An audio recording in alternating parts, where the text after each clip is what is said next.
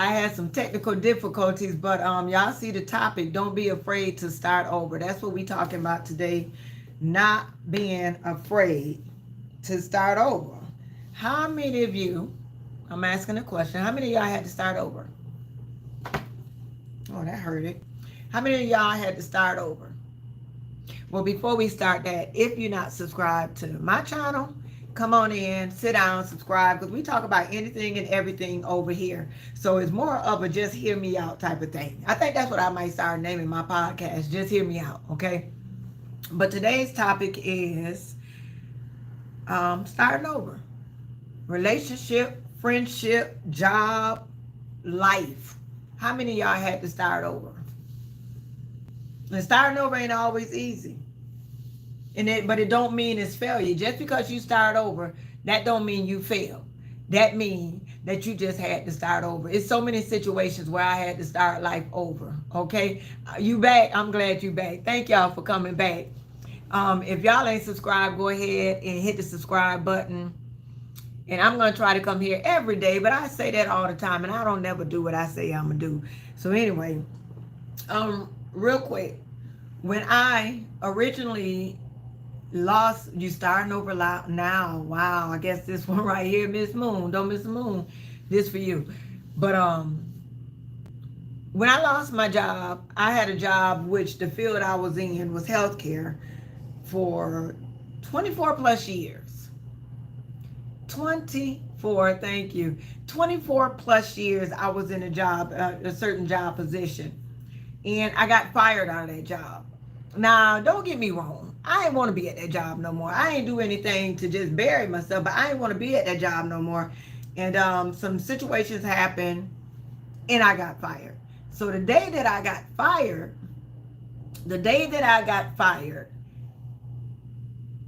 I must have known I was going to get fired because my locker was already cleaned out. So when I came up there, they say, you starting over today. What you say?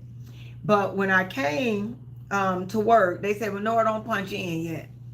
And I said, okay, but if y'all about to chastise me, I don't need that. So whatever y'all going to do, let's just go ahead and do it. So they told me the reason why I was fired. And inside of me, my spirit was cool with it. I'm okay because I didn't want to do this job no more. But I had been in that job field 24 years, and I was a CNA. So I had been in the job field 24 years, and I didn't know nothing else. All I knew was CNA. So I walk out this job, y'all, and I said to myself, as I'm going out the double doors of that hospital, thank you, Anthony. As I'm going out the double doors of that hospital, I said to myself, I ain't putting on another uniform.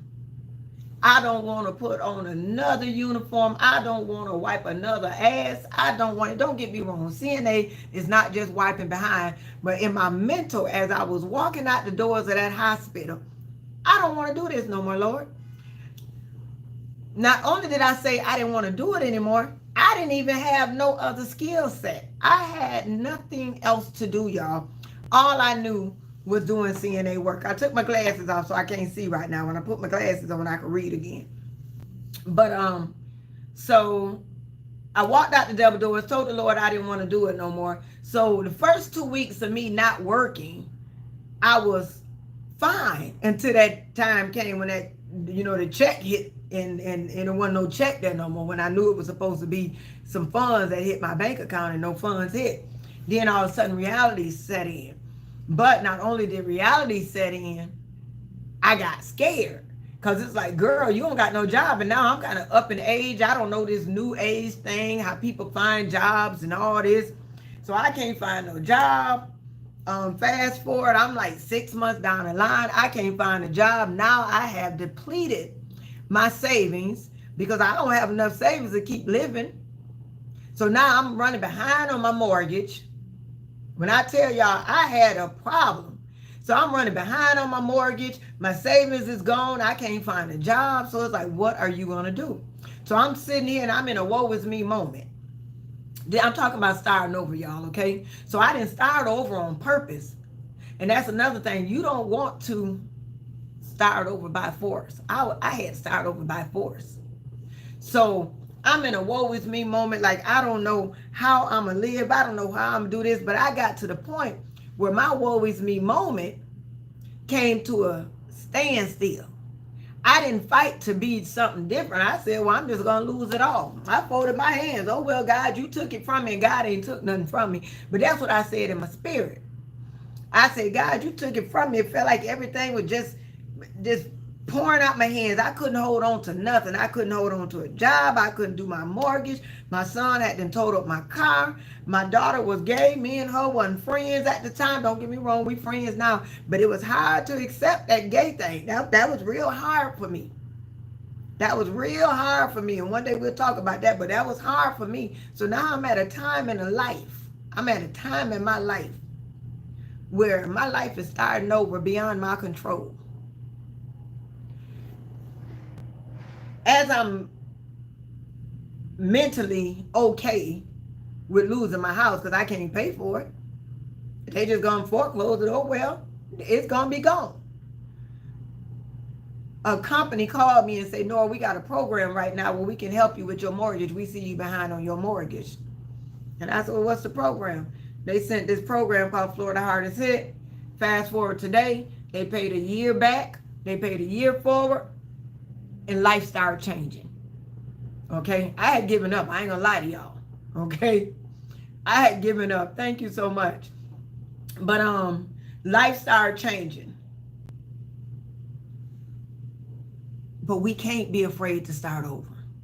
Because as my life started changing, and I knew what I said when I walked out the double doors at the hospital. I said, Lord, I don't want to wear another uniform. I said, Lord, I don't want to clean another behind. So I didn't know what I was going to do. So the scripture, delight yourself in the things of the Lord and he'll get the desires of your heart, kept popping up in my head. And I wasn't no bona fide Christian then, okay, y'all? So I'm like, okay, Lord, well, whatever you're going to do, I'm going to start doing something for you. So y'all know what I did. I got my behind up and I went down to the NAACP office and I had started helping them in the office. So the man in the office, the president, he said, well, Nora, we need a secretary. So I give you a little stipend if you do some secretarial work. I ain't know nothing about no secretarial work. I was a CNA for all them years, okay? Okay.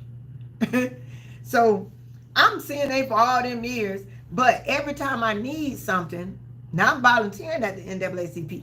Every time I need something, I go and I call one of my sisters.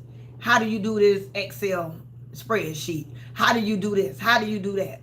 So I don't even know that God is equipping me for what's to come. Because I volunteered, because I delighted myself in the things of the Lord. Lord, let me work for you because what I'm doing ain't working for me. So then after that, I said, well, I guess I'll start going to church more often. I joined some kind of committee or something. So I got in the choir. I'm in the choir. Can't sing a lick, y'all. Can't sing a lick. I can't sing nothing. So I'm in the choir and I'm trying to hold a tune. And one day the preacher came through as we were practicing. It was a late night hour. And the preacher came through and he looked back there and he said, Nora,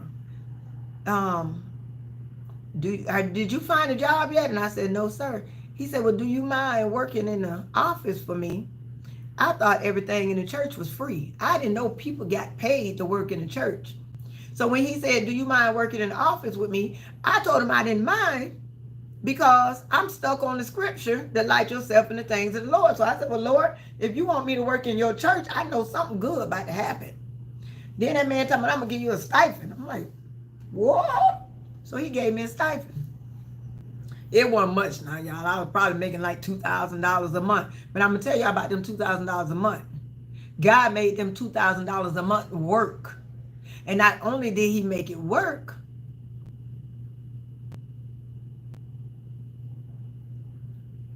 Marcia, hit me up on one of my other social sites and you can talk to me. But not only did he make it work, he taught me what I needed to know to continue to move forward in my life. So don't be afraid of change. I don't care what it looked like. Sometimes when we be forced to change, like I was forced to change, God got a plan. He got something that he got prepared for us, but we don't even know what it is. But I ain't going to preach to y'all this thing today. So the thing today is not being afraid to start over. And some people, I got some notes here. They're afraid of what they don't know. Okay?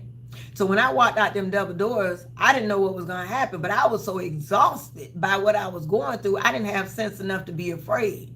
And then when I came out on the other side and I found myself in the wilderness, now I'm scared because I'm over here all by myself. I don't have no money. I don't got no car, and I live far out.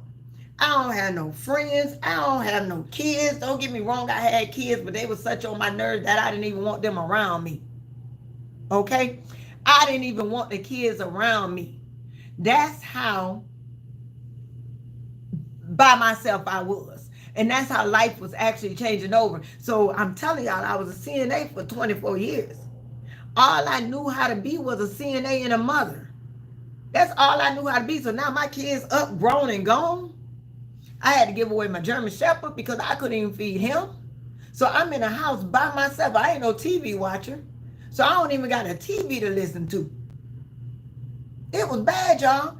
But it wasn't until I noticed myself by myself. You know how they say when Peter got out the boat and started walking on the water, and when he thought, oh, I'm on the water. And he didn't focus on God, then all of a sudden he started drowning. So when I thought about it, I'm out here by myself. I don't have a car. I don't have a job. I don't have no money. You hear me what I'm saying? Okay, hold on, y'all. I got some good news coming in on my text message. That's why I paused, right? But starting over in a relationship. Sometimes y'all look at the journey and the things that y'all got to take when y'all ain't paying attention that the time that it's taken for us to get where we going is a healing point. So what we think is like when I got scared and when I seen I ain't had no money and when I went to work for the NAACP for free and then they gave me a stipend, you know what I'm saying? So the different things that I was going through, me not being able to pay my mortgage, me not being able to put no gas in my car, all these things was my healing time. All these things was for me to get time and learn how to trust God in the hard times. Don't be afraid to change. Don't be afraid to let go. Don't. It say every chapter doesn't require the same characters. Okay? So when we say every chapter don't require the same characters, you ain't always going to be in the same building. I'm in a totally different building. 11 years ago, I was in a hospital walking around every day. Every day. Today, I'm a content creator. YouTube, Facebook, Instagram, 2 Facebooks actually. And all of these platforms pay me. But 11 years ago, I was walking through somebody's hospital with a uniform on. Today, I'm sitting in my own influential studio where I record podcasts for other people, where I teach other people how to be monetized on social media. You see? Thank you, Anthony. So everything we do ain't going to require the same characters, the same places, the same people. Things are going to change in our life. And I was talking to a young lady the other day, and she was talking about who her friends ain't and who they are, and the friends changed up on her. Your friends ain't switched up on you. Your life is changing. So they were friends for that moment of time. They were friends for that person that you used to be. So who might now be your best friend wasn't fit for you when you didn't have better sense. Wasn't fit for you when you was a CNA. I didn't need no heavy hitters by me because I got some heavy hitters by me now. But I didn't need no heavy hitters by me when I was a CNA. Okay? I didn't need nobody to help me be a CNA because that was easy work. But it's hard to get out here in this entrepreneurship life and do this. So you need somebody holding you up on one side or the other when your spirit get weak or when you feel like you can't keep doing this. Because sometimes this right here, this get hard.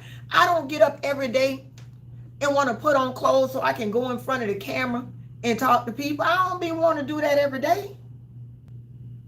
I don't want to do transition videos.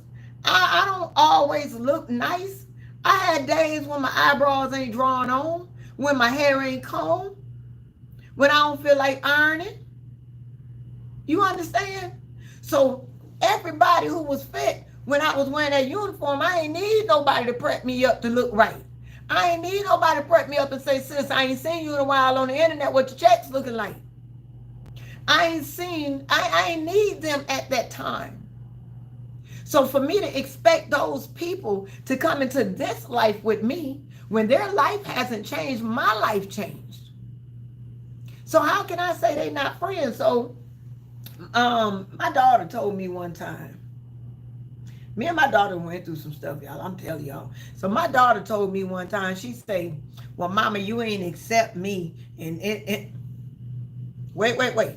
She told me I didn't accept her when she decided to be gay. Not only did she decide to be gay, she decided to dress like a boy and walk like a boy and think I don't know what the hell she's going through, but for whatever reason, she told me I didn't accept her. Wait, chick, you didn't give me time to mourn the loss of my daughter. She was like, Mama, I ain't dead. Who? That little girl that I raised. I don't see her. I don't see nothing that resembles that little girl that I raised. So what are you talking about? I'm not accepting who you are. You got to give me a chance to mourn the loss of my baby girl. Because you coming in my house, dressing like a boy, looking like a boy, try to act like you a boy. I don't know this chick. So let me get familiar with this new chick. Now I can learn to love this new chick. You know what I mean? I can learn to love this new chick, but you got to give me a chance to grieve what I lost. I lost me a whole daughter. I wanted my daughter to play in my makeup. I wanted my daughter to dress like me. I want them to say, oh, she's the spitting image of you. That ain't happening. So no, don't tell me. So all this stuff comes with life, starting over, doing anything, not being familiar with what tomorrow's going to bring. We ain't always going to know tomorrow. We can fall, we can get in a car accident. You wake up every morning. It's a blessing to make it home. It is a blessing to literally make it home every day. Because it's somebody ain't making it home. So whatever the day brings me, whatever life changes, it's going to change. Okay? And then when I sit there and I look at people who go through relationships, and truthfully, I don't care what nobody say about me. Y'all might see me and I ain't, hoeing around or nothing, but I'm not going to stay in a relationship that ain't good for me. I was in a relationship not too long ago, well, over a year ago, with a young man. That man was so nice to look at, y'all. Ooh, I had pictures on him on YouTube. That man was so nice to look at. God knows he was nice to look at. A plumber, a nice job, well built, real nice. But he had a problem with drinking. And I don't care about a man drinking, but when you drink and your attitude changes, I don't know how to deal with that. I came from an addicted family, a drug addicted family. You know what I mean? So this morning, not that girl I seen it, Jesse said this morning. So when I seen this man changing his faces every time he drink, or he get a little ruder at the mouth, or like one day we was driving around and down the road and I'm looking down. I didn't like the way he drove, so I would look down when he drive. And I'm looking in my phone and I happened to look up, but I never lifted my head. I just looked up, and when I looked up, I seen a car pull out in front of him. When the car pulled out in front of him, he veered to the left, and the car that pulled in front of him tried to get out his way, and he veered to the left as well. So he had to hurry up and shoot back over to the right so he wouldn't hit the car. And the car shot back to the right too. But the car was just trying to get out his way, and both of them was moving at the same time. So I said, baby, he trying to get out your way. That dude went off on me so bad. You don't know what he's trying to do. You ain't see that man. You never lifted your hand up from that phone. And he snatched my phone. And when he went to snatch my phone, I moved my phone, because y'all know my phone is my money. Don't touch my phone. Don't touch my phone. And not saying don't touch my phone because I don't want you to read my text messages. But when you touching my phone out of anger, I make my money this way. I buy good phones. Don't touch my phone. So I move my phone real quick. And then I'm like, don't grab my phone. So I, start playing on my phone again. And he tries to grab my phone again. So I pull my phone again. Then third time he grabbed my phone. When he grabbed my phone, he grabbed my thumb at the same time and pulled my thumb out of the socket and threw my phone on the floor. Now I'm mad. But when I'm mad, I don't talk. Because if I talk, I'm going to say something real ruthless. But it was that moment that I knew I can't talk to this man no more. I don't care how good he is to look at. I don't care. But you drinking and you not knowing how to control your attitude when you drinking, I ain't going to deal with it. My mom and daddy did drugs all the years that I knew them. So you think I'm about to let somebody come in my life and I see what addiction does? I'm getting out of this relationship. I was with that man for 2 years. I'm out of here. Then I got me a new man. He real nice and fine, but you let me see something that's strange happen with him. I done seen people drug addicted that stayed because they scared of what people might think.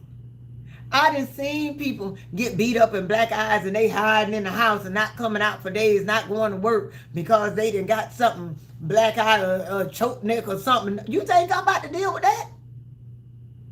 People go through some of the weirdest things, some of the scariest things, just to save face.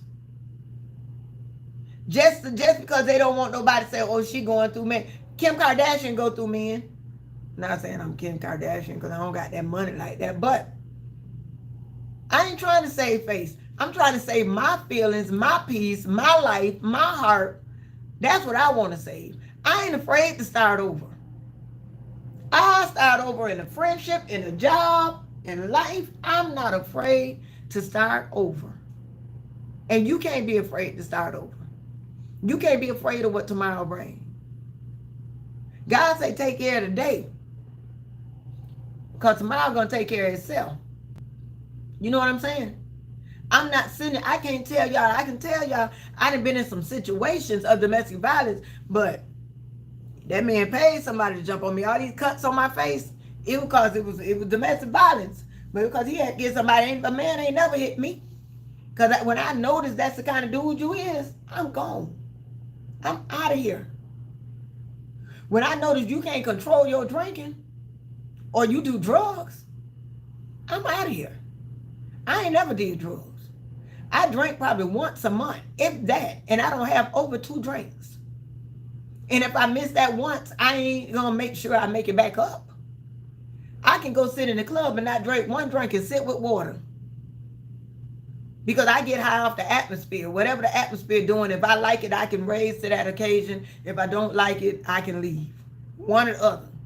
I don't got to drink to get me where I'm going. I don't got to drink to have sex. I don't got to smoke. I don't got to do nothing. I don't got to take no pills. I don't got to do nothing. Because the party is in me. I'm the god doggone party. When y'all hear me, what I say, I'm the party. So I'm not afraid to leave nobody. I'm not afraid to leave no place. You know what I mean? I'm not afraid to nothing. I don't need nothing. So, surround yourself with positive people. I don't care if they new people. You know, it used to be that song, No New Friends. I've learned in my 52 years of living that you're going to have to get some new friends. That you're going to have to meet some new people. If you ain't meeting new friends and new people, well, thank you. If you ain't meeting new friends and new people, then you at a standstill in life. Because I want to rub elbows with different people. I want to learn what more life got to offer. Okay? I want to learn. Tell me what y'all want to do different. What y'all starting over in life? What's new in life for y'all that y'all need to start over and you scared? Because I'm pretty sure it's somewhere in that part of your life, even in my Christian journey, even in my Christian journey. Yeah, I had gotten to the point so far in my Christian journey that I actually let go of a relationship. I met a man who was really good guy. Oh my God, he was a really good guy. And he told me I was going through some situations, some financial difficulties, and he said, "Let's pray." And I said,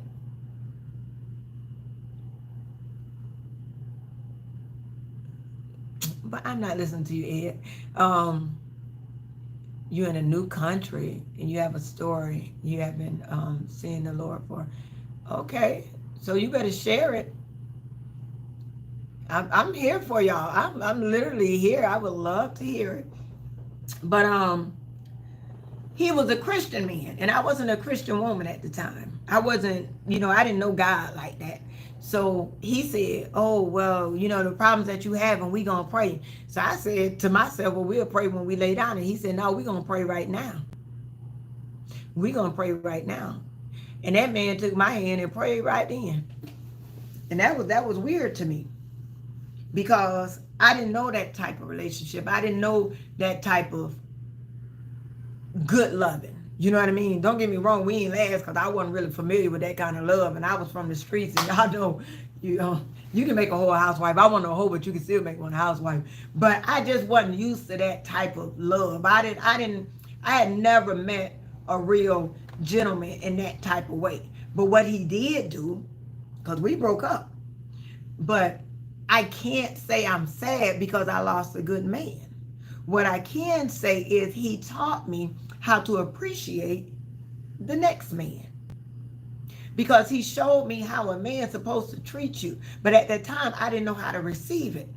So as he's trying to be a good man, and I'm still trying to be ghetto as hell, I'm still trying to be from the streets. And don't get me wrong, you could be ghetto and a good woman at the same time. But it wasn't in my vocabulary. It wasn't in my makeup at the time to know how to be the both. So we gonna do it my way, or we ain't gonna do it. And that's the way I felt about it. It's just one way or no way. Y'all, you know what I mean? So, and I'm glad Jesse just said it. He stopped letting people steal my joy, his joy. But no, so that taught me, like, even in a relationship that I wasn't ready to let go, you got to see what letting go would teach you, where letting go will take you. You know what I mean? And even if you letting go for somebody else,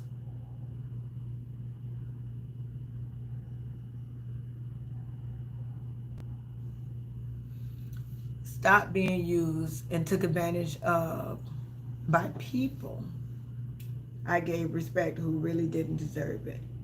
And you know what? People perspective uncut, that's what's wrong with us. That's literally what's wrong with us. Sometimes we are so used to functioning in toxic situations, or we're used to being used, and some of us are servants. So if we have a servant spirit, we're not always aware when we're being used, because we're so used to giving. Like, giving fulfills me. It's something about giving that helps me spiritually, helps me mentally. It helps me.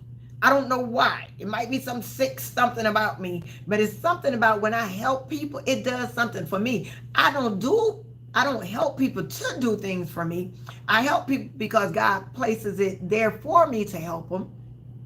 But when I do it, whether it's thought, word, or deed, whatever I do, when I finish doing it, I get a little, ooh, that felt good. You know what I mean? Ooh, that was nice. I can do that again. And I didn't do it with a gripe. I didn't do it with hesitation. I did it because God put it there for me to do it. And if y'all remember, I told y'all I got fired from my job. I almost lost my house. You hear me when I talk? So don't be afraid to start over. Don't stay in a relationship that ain't working. And I'm not telling you to give up on your relationship. I'm just telling you to start loving yourself.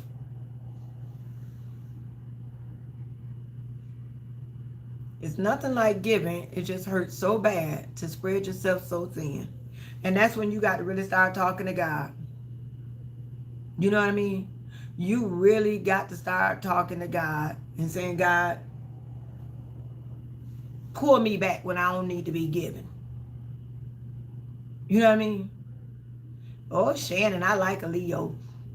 But no, pull me back. Starting over, it ain't weakness. That's a strength. To be able to start over and survive from a new start, you know what I mean? I'm not afraid to start again because I'm building with the wisdom and the hope that God gave me. So even with my social media, I don't know how many of y'all been following me and how long y'all been following me, but I'm not that same girl that y'all originally started following. And with that being said, I lost a lot of followers. I lost a lot of followers because they have to learn to like this new Nora. You know what I mean? If they don't like this new Nora, I'm going to lose them. Because it was hard getting up every day, putting on makeup to look like something that social media feels like women should look like. Black women get it the worst. Okay? I ain't saying white women don't get it. But we as black women, y'all be crucial on us. Your hair ain't right, your lips big, your nose this, that, and other. They even bother me about my teeth, your gap in your mouth. I had to learn to like it because I wasn't going to change it. I went to the dentist. The dentist said, hey, we can close that gap. Don't bother my gap. My gap is me. And I'm going to keep my gap. Don't be afraid to start over. I'm going to let y'all go, okay? Tell yourself, this your affirmation. I am not afraid to start over. I am starting over with wisdom and hope for tomorrow. Okay? Starting over with wisdom and hope for tomorrow. I'm going to let y'all go because I got some work today to do. God bless you too, Shannon. I be looking out the window because I don't be wanting nobody to hit my window because they pull up real close. Y'all be seeing them videos where the people come through the store window. They be real close to me. Anyway, y'all, I'm about to let you go. I'm funny, Shannon. I think I be funny too. I ain't funny enough to do no comedy show though. Y'all, this is supposed to be me. My graphic designer created this for me. I think it's beautiful. I love it. And he gifted me this for my shop. So this is my Nora Potts logo.